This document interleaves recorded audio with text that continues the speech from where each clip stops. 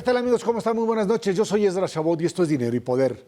Mientras los conteos avanzan en los estados que aún falta para terminar el cómputo de la elección presidencial en los Estados Unidos, muy poquitos, el demócrata Joe Biden, virtual ganador, comienza a formar su equipo de gobierno. Ayer nombró a Ron Klain como su jefe de gabinete de la Casa Blanca, al tiempo que el Departamento de Estado, encabezado por Mike Pompeo, impide que Biden acceda a mensajes de líderes extranjeros, incluso a lo que son los comunicados de inteligencia.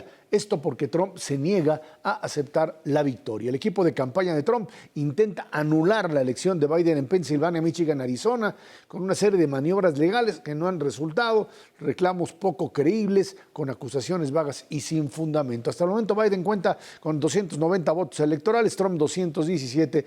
En el Senado, por supuesto, ahí los republicanos tendrán una mayoría, probablemente de 250 contra 248. Habrá dos elecciones, o más bien una elección allá en Georgia el 5 de enero, y a partir de ello pues sabremos si se empata el conteo en la Cámara de Senadores. Quedarían prácticamente con igualdad de senadores uno y otro bloque, si es que los demócratas ganan los dos puestos que ahí se establecen como que van a segunda vuelta. Y lo que sí es cierto es que los demócratas retienen el control en la Cámara de Representantes.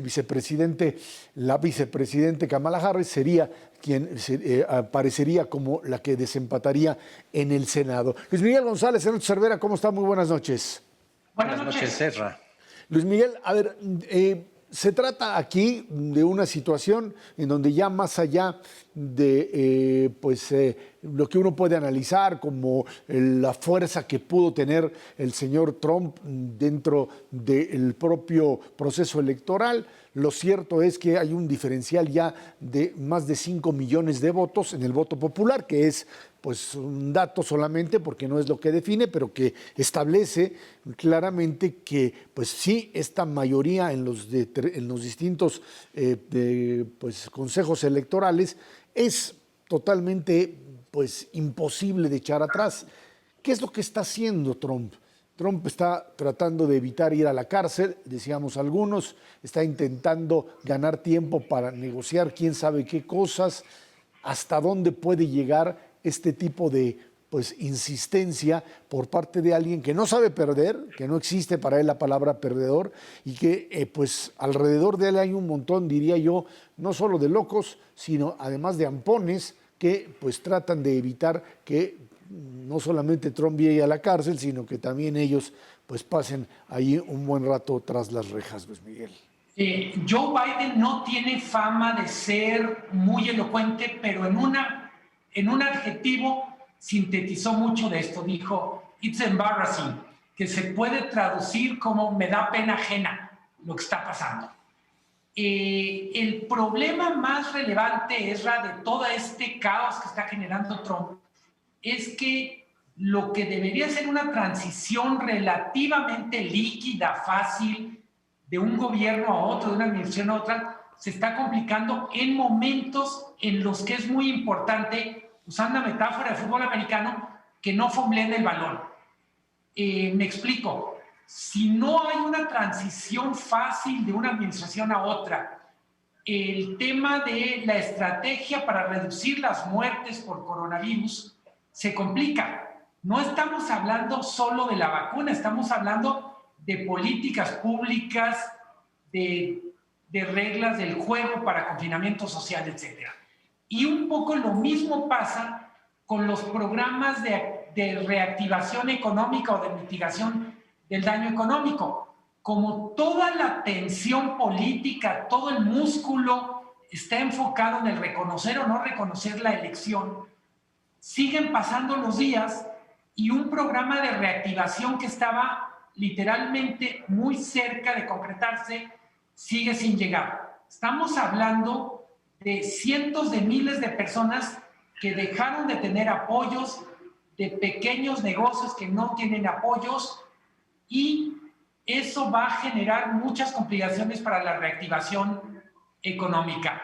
En ese sentido, preocupa por la parte institucional, por el daño que puede hacer a las instituciones de Estados Unidos, pero en el corto plazo preocupa porque mina la capacidad del gobierno de resolver los dos temas más urgentes, que es la crisis sanitaria y la reactivación económica.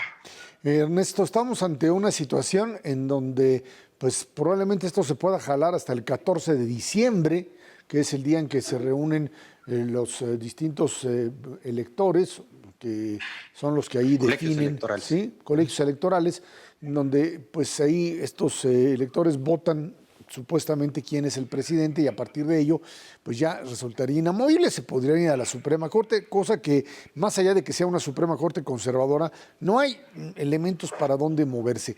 Esto generaría una inestabilidad enorme. ¿Qué es o hasta dónde puede llegar esto? Hay quien asume que incluso los grupos armados que tiene Trump ahí en distintas zonas de la Unión Americana, grupos supremacistas blancos, podrían verse alentados por esta pues, señal de imposibilidad de resolver el conflicto. Mira, Ezra, más allá de lo anecdótico, yo no hubiera utilizado la palabra pena ajena, embarrassing, como dijo Joe Biden. Yo creo que ya está tomando esto tintes peligrosos, peligrosos desde el punto de vista social, más allá de que Donald Trump pueda mandar una orden a todos estos grupos supremacistas para decir ahora sí desaten la violencia. El problema de fondo es que ya están empezando a actuar.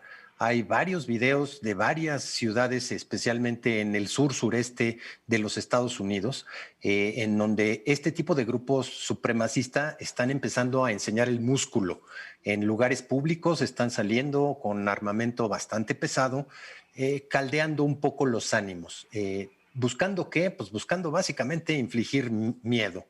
No sé hasta dónde pueda llegar esto, pero ciertamente preocupa desde el punto de vista social. En muchos sentidos, la gente por la pandemia, por diferentes circunstancias, está acostumbrada a no salir ya muchísimo a las calles en los Estados Unidos. Esto es un granito más de arena que va a prolongar el proceso de recuperación sin duda alguna.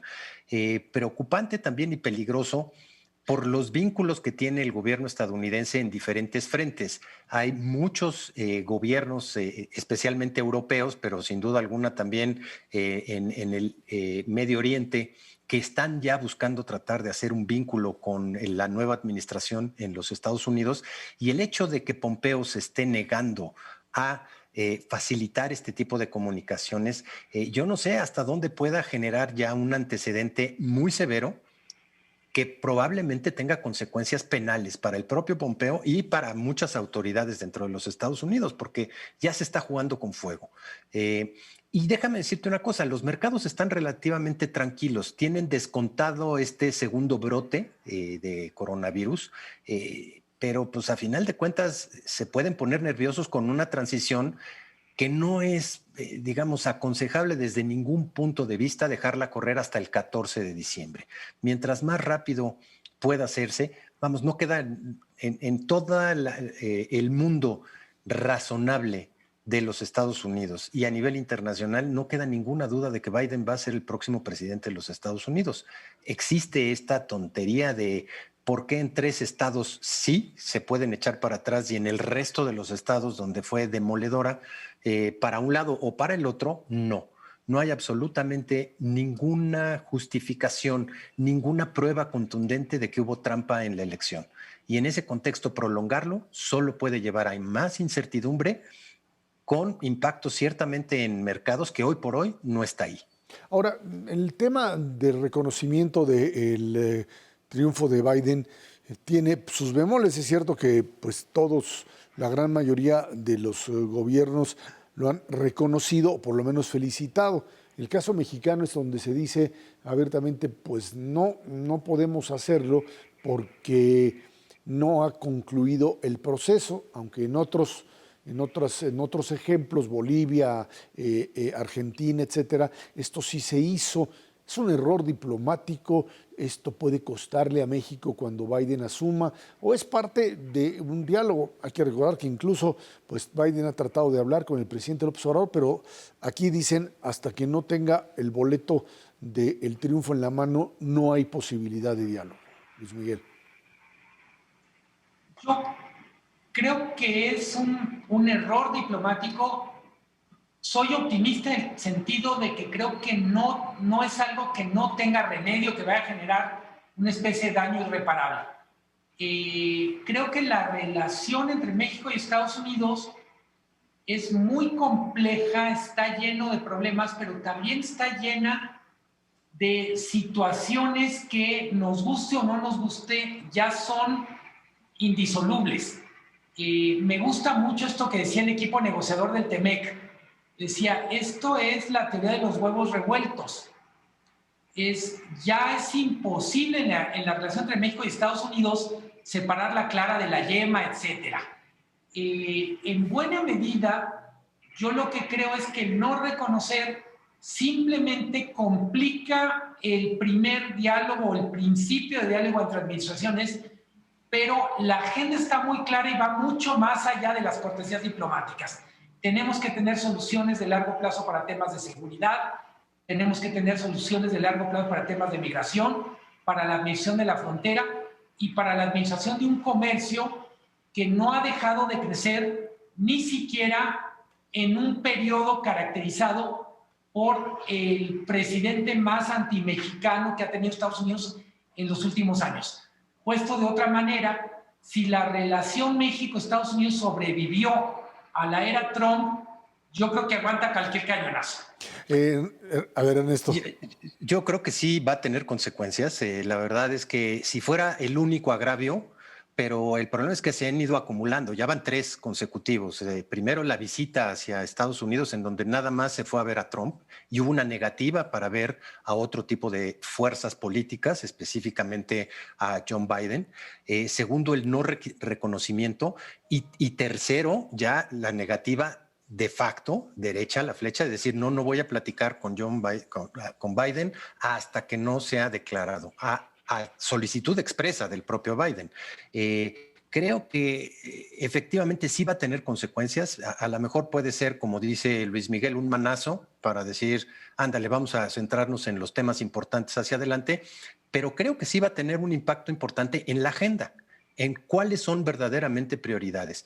Y eso era una cosa que se podía consensuar, que se podía platicar. Creo que ahora va a ser mucho más impuesta por los Estados Unidos. Creo que va a dejar de tener importancia tan contundente como lo tuvo los aspectos migratorios. Ahora se van a poner otras cosas sobre la mesa y habrá que ver con qué talante y con qué humor lo van a hacer los propios negociadores. Sin duda alguna va a tener el medio ambiente un peso relativo mucho mayor. Los aspectos de comercio, como decía Luis Miguel, sin duda alguna van a tener su impacto, pero pues habrá que ver, y eso es a mí lo que me preocupa, que en estos momentos nos estamos tardando, olvídate en hablar con Biden, en hablar con los equipos negociadores, los que van a ser efectivamente sus propios asesores o sus propios funcionarios. Ya tendríamos que estar teniendo hoy por hoy un diálogo con ellos. Luis Miguel.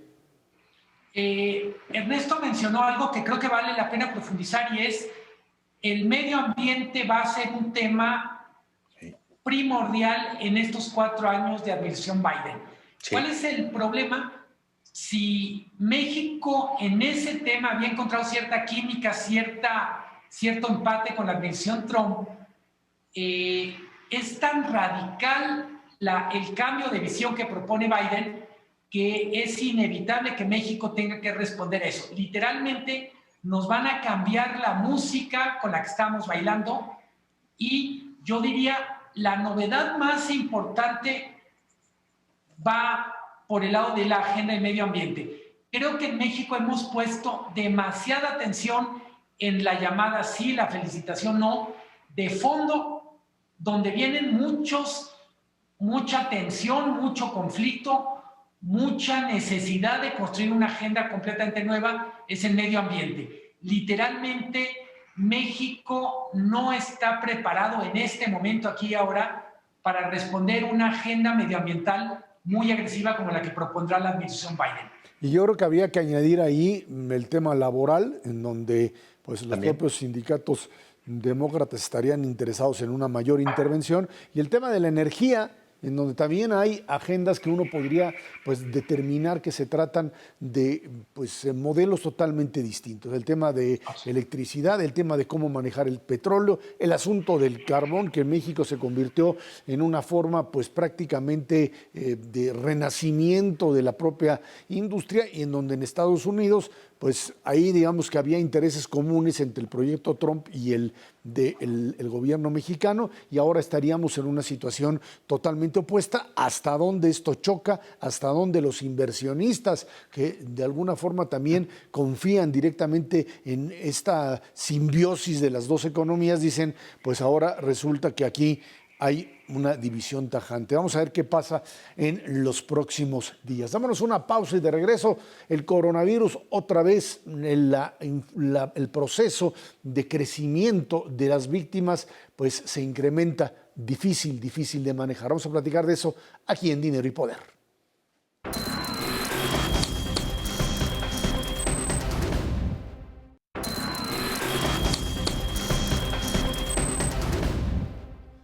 Hace unos días la empresa Pfizer anunció que la efectividad de la vacuna contra el coronavirus es de un 90% y que se encuentra en la fase 2 de las pruebas, es lo que dicen. Lo anterior benefició a los mercados financieros en todo el mundo. Los principales índices estuvieron en terreno positivo. Sin embargo, ante una gran posibilidad de recuperación económica, los sectores que se vieron afectados durante la pandemia han sido los ganadores, mientras que los triunfadores de la pandemia, sobre todo empresas de tecnología, no se han visto favorecidas. Ahí está pues el anuncio de Pfizer, y bueno, pues ahí está lo que esta empresa plantea. Es cierto, un 90% de efectividad. Ya los rusos también salieron diciendo que ellos también la tenían. A ver quién se la pone. Lo cierto es que para poder establecer un mecanismo efectivo, pues todavía dicen estaríamos pensando para abril la posibilidad de una distribución.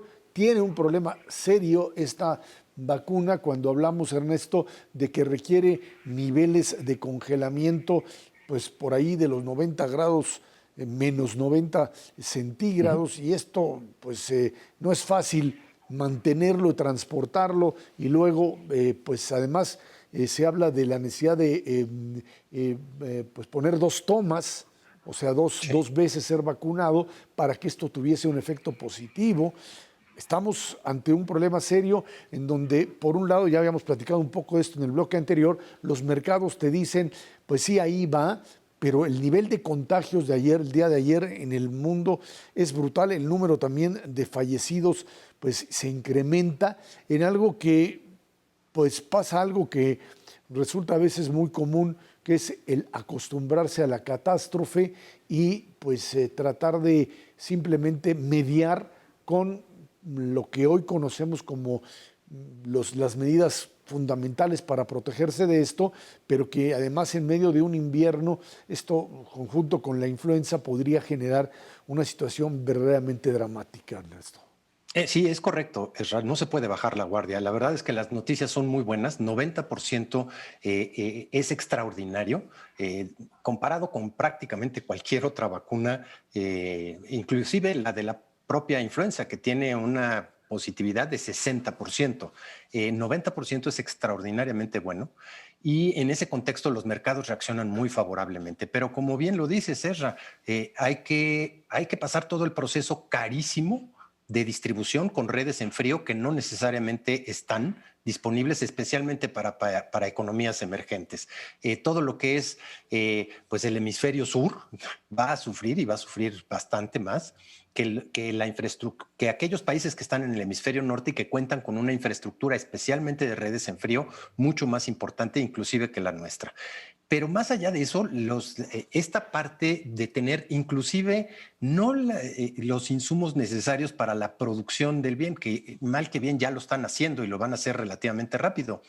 El propio vidrio para las ampolletas. Ezra, no hay vidrio suficiente hoy para generar la cantidad de ampolletas que se requiere para tener vacunado por lo menos a la mitad de la población en el mundo. Yo estaría apostándole más bien que nos va a caer en países como México, con el mismo grado de desarrollo que México, por ahí de junio, julio, año que entra. Y en ese contexto, sí tenemos que tener desde ahorita todas las estrategias para vivir esta nueva normalidad durante un buen rato.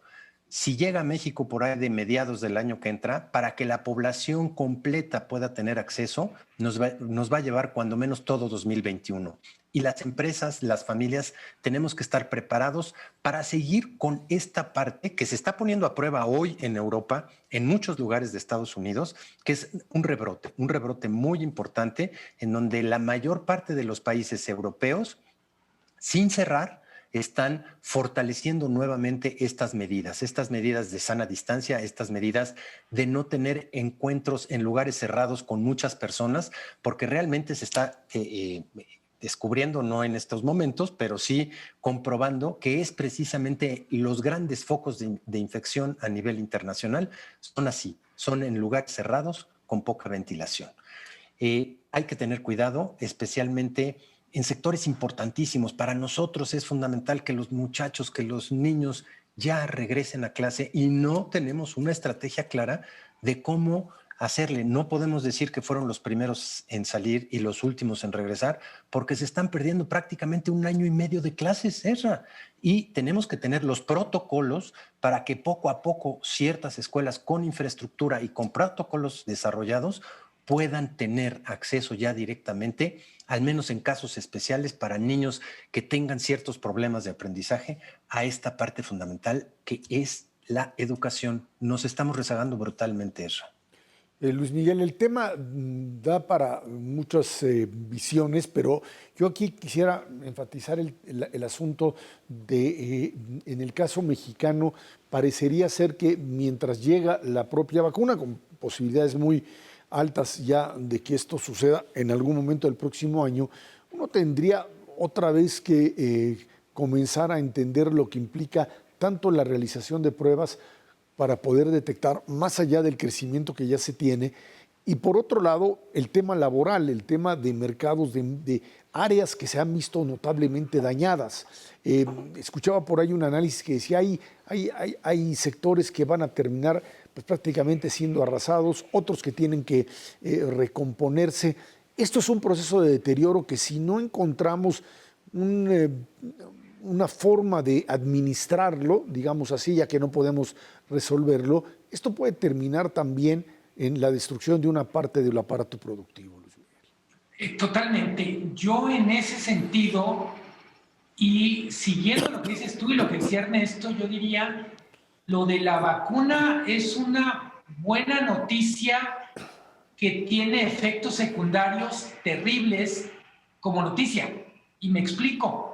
De repente volvemos otra vez a plantearnos el tema del coronavirus en el territorio de una especie de solución milagrosa que se llama vacuna y olvidamos lo que podemos hacer mientras tanto.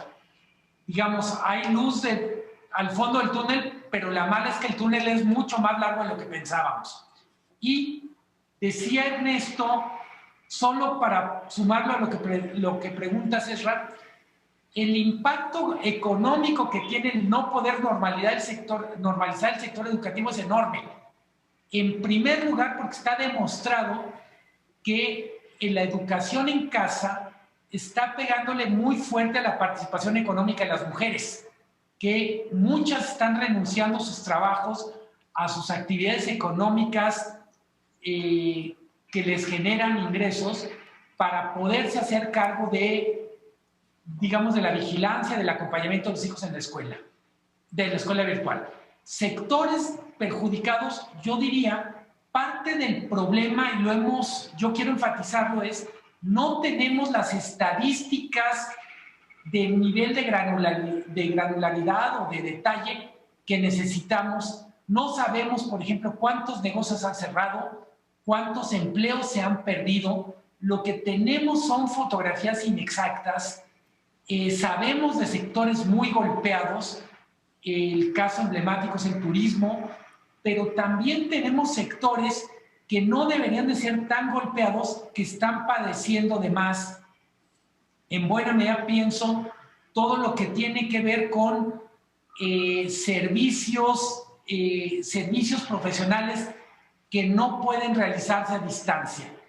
Decía ayer Christine Lagarde, Lo poco que hemos aprendido de teoría económica del coronavirus es las actividades de manufactura reaccionan más rápido que los servicios. Los países que tienen un PIB más enfocado a servicios, las regiones que dependen más de servicios, cayeron más y les está costando más trabajo recuperarse.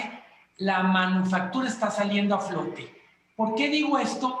Necesitamos una política económica, pero entendiendo la política económica como una caja de herramientas donde no todos necesitan martillo. Para algunos es un desarmador, para otros una llave Stilson, etc. En algunos casos es crédito, en otros son facilidades regulatorias, pero sobre todo lo que necesitamos en ese sentido es un diálogo nacional sobre la reactivación, sobre la mitigación del daño. No tenemos ese diálogo y a mí me preocupa mucho. Creo que, perdón, ahí es donde uno tendría que hacer ese análisis de estos grupos dañados, grupos que están ligados, digamos, también a una problemática de edades. Se habla de que pues, jóvenes quedan totalmente desplazados por la imposibilidad de obtener empleo y que su probabilidad de conseguirlo en el mediano plazo es, dicen, prácticamente nula, y esto te va generando una presión adicional. El caso también de mujeres, que muchas de ellas como género están precisamente, Luis Miguel, en el sector servicios y que se verían fuertemente afectadas. Hemos visto datos de crecimiento en el sector manufacturero, pero sí, economía de servicios como la mexicana, Ernesto, estarían siendo golpeadas y ahí tendríamos que encontrar una salida antes de que esto se vuelva pues, prácticamente imposible de arreglar.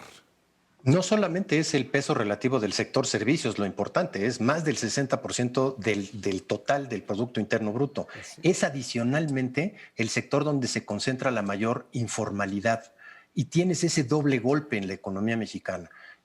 Ciertamente hay cierto tipo de servicios que les puedes ayudar básicamente con normatividad, a lo mejor con créditos, que eso pues prácticamente no ha estado presente en nuestro país en este último año, pero hay otro sector que es precisamente el informal, que no hay ahora sí que ni cómo hacerle ni cómo ayudarle, y ha sufrido notablemente en el transcurso de esta crisis, mucho más que en cualquier otra crisis que hemos padecido, perdiendo casi 5,5 millones de empleos de que empezó la crisis a este momento.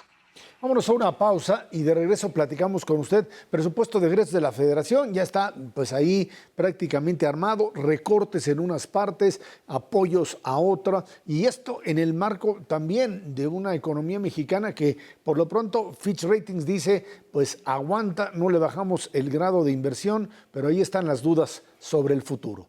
Esto es Dinero y Poder.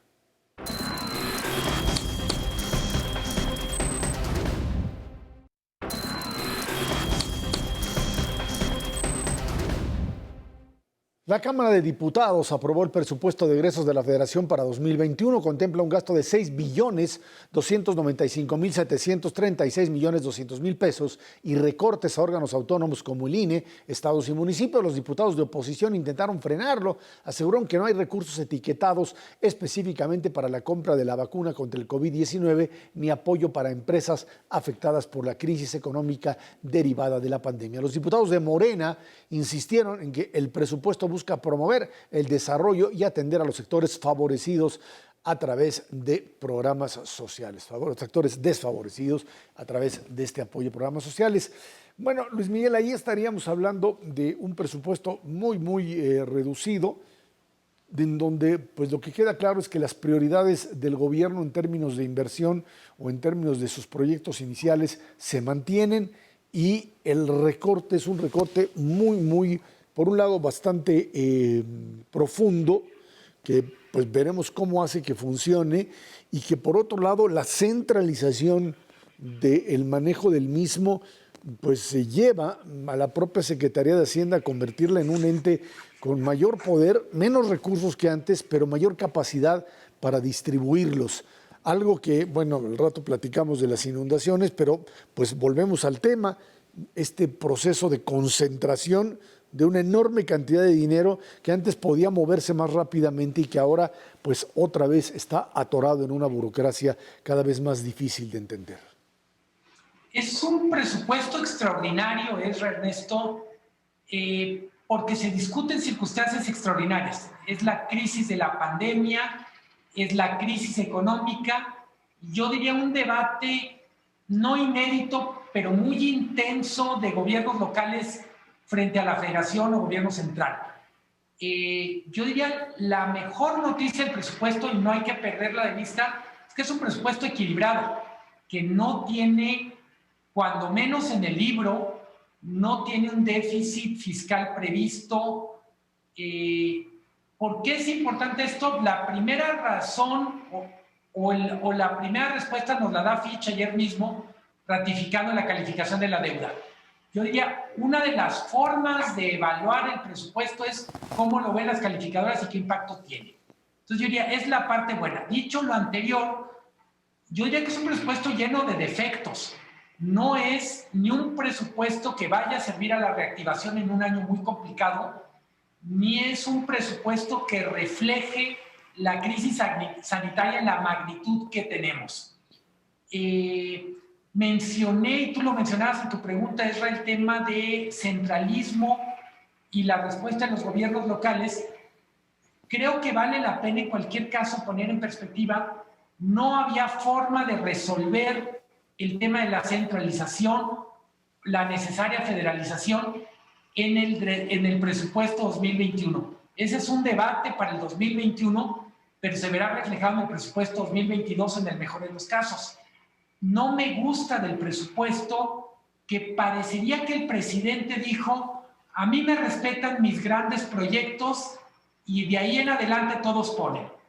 Creo que el gobierno no ha problematizado, no ha reajustado, no ha redimensionado los grandes proyectos. Emblemáticamente, lo del Dos Bocas, yo digo, Tabasco claramente necesitaba más proyectos de infraestructura hidráulica que una refinería, como queda claro la semana en que se está votando el presupuesto. Ernesto, adelante. Sí, la verdad es que, bueno, discrepo en una sola cosa con lo que acaba de decir Luis Miguel. Creo que el presupuesto sí trae un déficit escondido. Y aunque no lo hayan descubierto todavía las agencias calificadoras, tarde que temprano va a salir a relucir. Está por el lado de los ingresos, no del gasto, que ese es otro asunto. Sí hay una presupuestación, pues yo te diría, muy optimista de cuánto petróleo va a producir Pemex. Hay una visión muy excesivamente optimista de cuál va a ser el precio al que va a poder exportar ese petróleo. Y yo te diría, por el lado del gasto, hay una subestimación importante, cerca de 0.3% del Producto Interno Bruto, de los gastos especialmente importantes en términos de toda la parte de seguridad social en este país, que va creciendo como una bola de nieve que simplemente pues no tiene llenadera. En conjunto, yo creo que vamos a estar hablando a mediados del año que entra de un déficit que podría rayar entre 3,5% y 4% del Producto Interno Bruto. Ojalá me equivoque, porque eso sí lo verían con muy malos ojos las agencias calificadoras, tanto Moody's como Fitch como Standard & Poor's. Discrepo también en el sentido estoy totalmente de acuerdo en el sentido de que por proteger tres obras de infraestructura que no tienen un impacto a nivel nacional, probablemente lo tengan a nivel local, se está armando un desbarajuste. Es increíble que en un año con la crisis pandémica la infraestructura de salud se proyecte reducir 2,5%. Es increíble que bajo esta condición de pandemia se proyecte o se presupueste una caída de 16% de la infraestructura de educación en este país.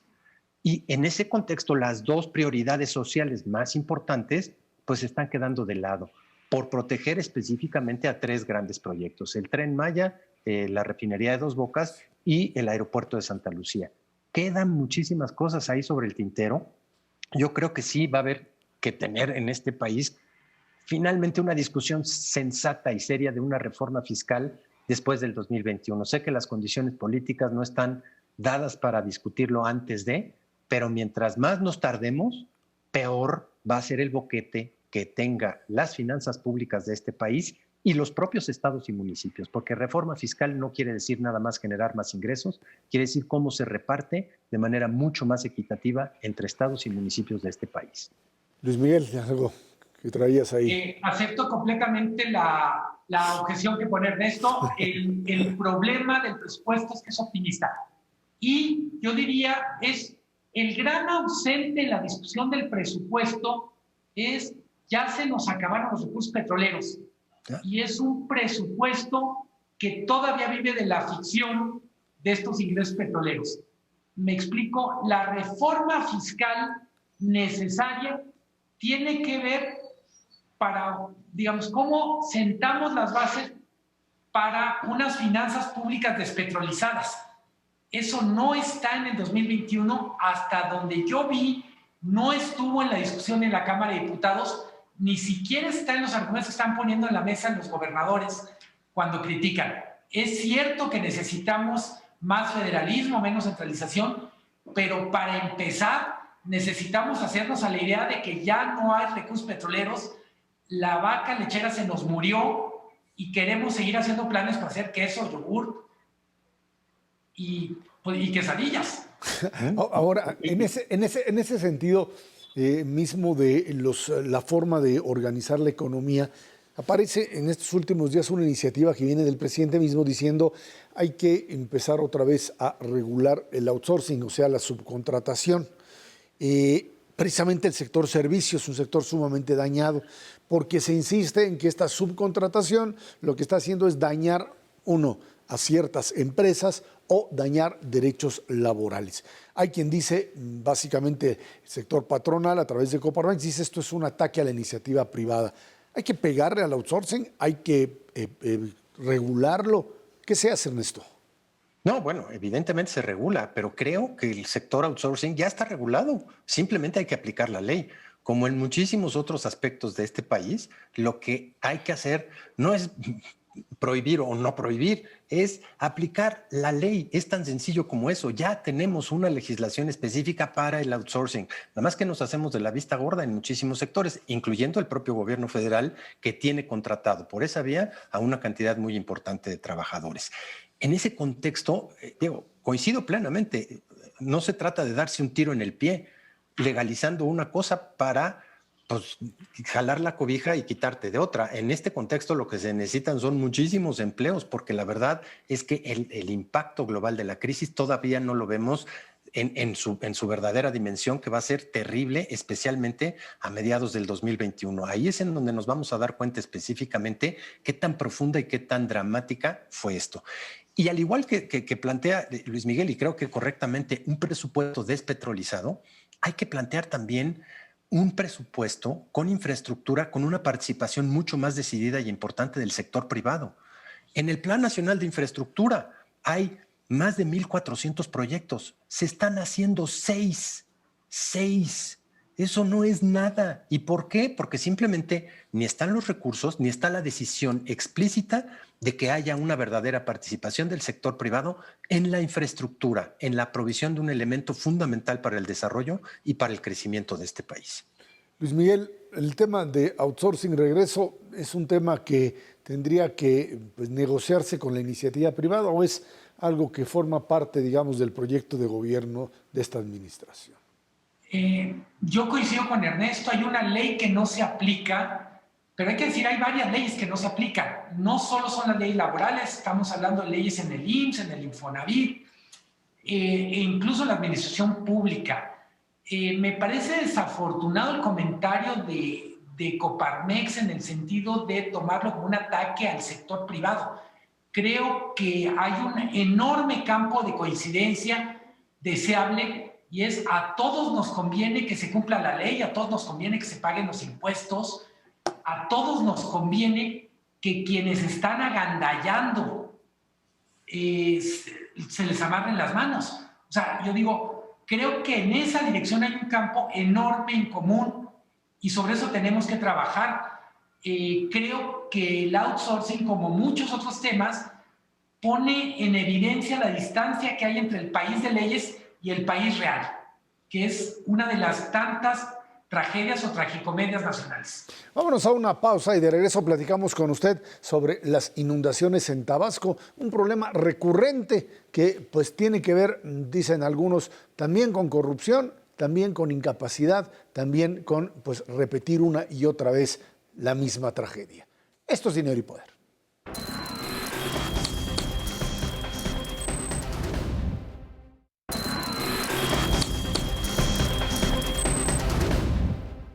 En Tabasco y Chiapas, las lluvias han dejado un gran número de damnificados y graves daños. En Tabasco se calculan más de 140,000 los afectados, de acuerdo con la Coordinación Nacional de Protección Civil, y más de 34,000 viviendas dañadas. Los gobiernos federal y estatal no se ponen de acuerdo sobre la responsabilidad de las inundaciones. El gobernador Adán Augusto López dijo que la inundación de por lo menos 3 municipios fue culpa de Manuel Bartlett, el director de la CFE. Así se lamentó. El presidente López Obrador reconoció que en la primera tormenta se desfogó la presa Peñitas por un error de cálculo en el pronóstico del clima. La segunda dice que pues simplemente no se esperaba la lluvia tan grande. Pues ahí está, Ernesto, algo que desde 2007... desde 2007 tenemos el mismo cuento. Cada vez dicen, es la lluvia más grande, Tabasco siempre se inunda, siempre es lo mismo, pero parecería ser que no hay aquí ni un mecanismo ni de coordinación entre Comisión Federal de Electricidad y Gobierno Estatal, ni tampoco mecanismos para evitar que todas esas zonas que termina una inundación se reponen en muchas ocasiones pues los bienes, las vidas no, ya hay gente que falleció por esto y que pues se pasa el tiempo y lo volvemos a repetir. Eso es un problema de corrupción, eso es un problema de falta de previsión, de falta de gobierno. Y de negligencia. La verdad de las cosas es que ya son muchísimos años desde las grandísimas inundaciones que hubo precisamente en el 2007 y hoy por hoy no tenemos la infraestructura para poder hacer frente a ese tipo de inundaciones. Es verdaderamente increíble. Conocemos perfectamente bien los ríos que desembocan en esa región. Conocemos perfectamente bien desde hace muchísimo tiempo. Tenemos los mejores ingenieros hidráulicos que pueda haber disponibles con conocimiento de causa en este país y simplemente no se realiza la infraestructura que requiere esa zona. Especialmente Villahermosa es una de las ciudades más golpeadas en ese contexto y es irremediable, Ezra.